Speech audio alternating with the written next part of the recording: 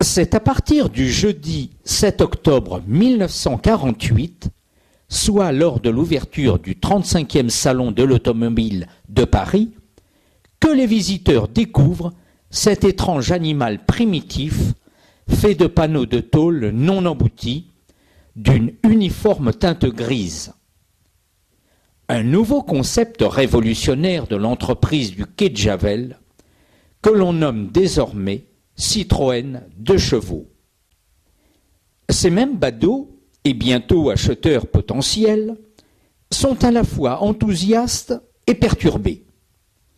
Heureux de constater qu'un grand constructeur national fait preuve d'imagination en faveur d'une clientèle au budget serré, mais aussi choqués par les formes de la machine dont la fonctionnalité poussée frise l'ascétisme.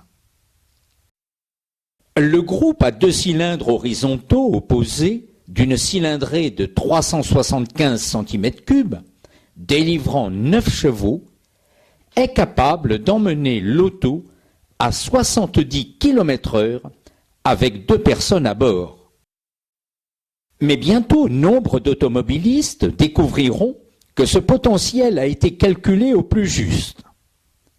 En effet, à la moindre côte, le moteur semble atteint d'une grave maladie pulmonaire, sans compter les insupportables décibels qui envahissent alors l'habitacle.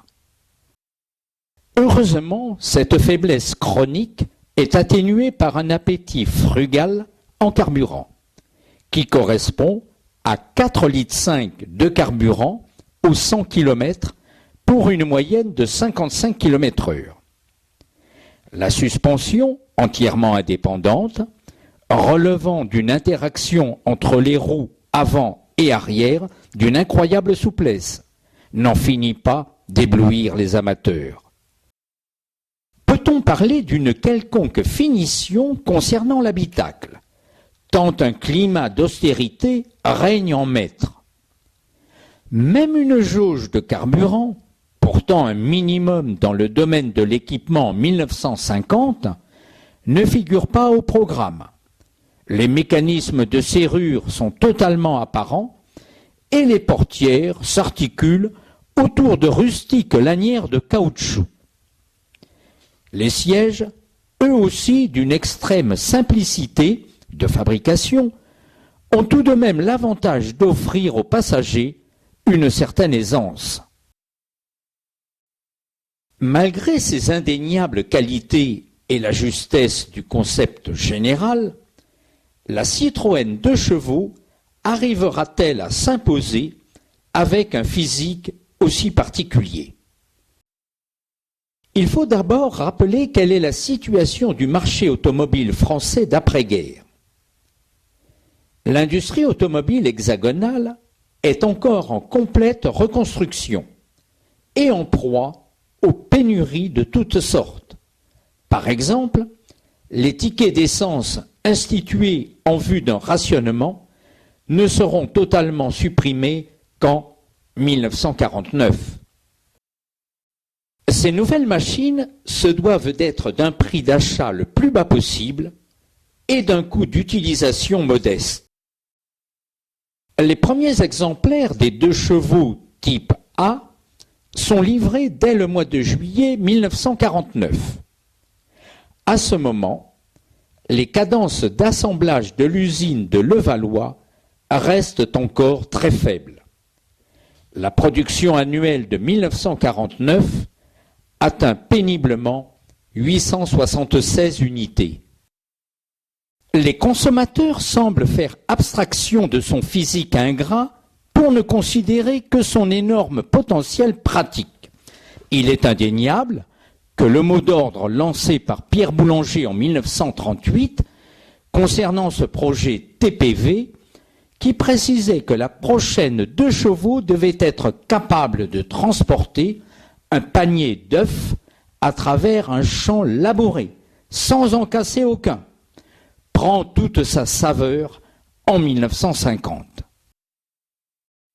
En effet, sur les 1086 2 chevaux écoulés par le réseau au début de la saison 1950, on observe que la plus grosse part de la clientèle, 88 unités, est constituée de cultivateurs, suivis de près par les agents d'assurance, 85 exemplaires. Le principal souci est dorénavant de satisfaire la demande. À la fin de la saison 1950, les délais de livraison d'une 2 chevaux neuve se situent aux alentours de 6 années. L'offre de la petite Citroën prend un véritable essor à la naissance de la décennie 60, avec les types AZL et AZLP, dont la mécanique développe 15 chevaux, tandis que la nouvelle 2 chevaux AZA est équipée du même groupe, mais dans ce cas, la puissance est portée à 18 chevaux. Enfin, au mois de mars 1963, Citroën dévoile une sorte de 2 chevaux haut de gamme, baptisé AZAM, AM signifiant amélioré. Dans l'habitacle, nous sommes désormais bien loin des assises rudimentaires des débuts. On découvre ainsi de moelleuses banquettes, elles aussi provenant de la Mi-6.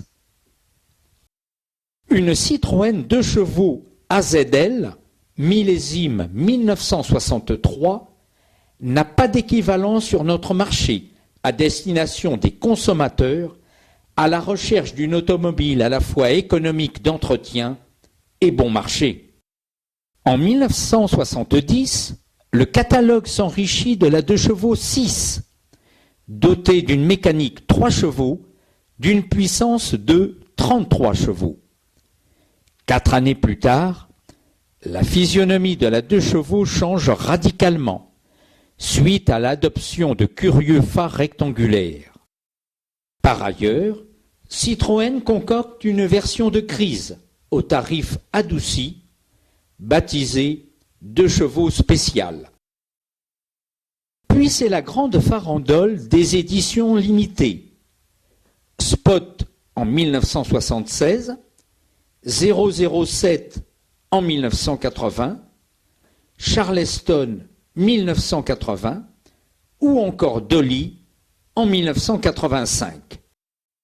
Le lundi 29 février 1988, la production de la 2 chevaux cesse définitivement au sein de l'usine mère de Levallois, pour se poursuivre sur le site portugais de Mangalde.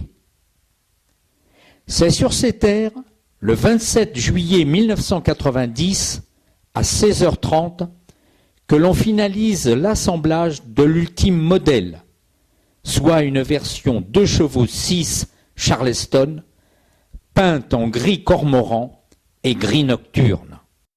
Cette journée historique vient conclure une formidable et longue aventure de 41 années, totalisant quelque 5 114 961 livraisons.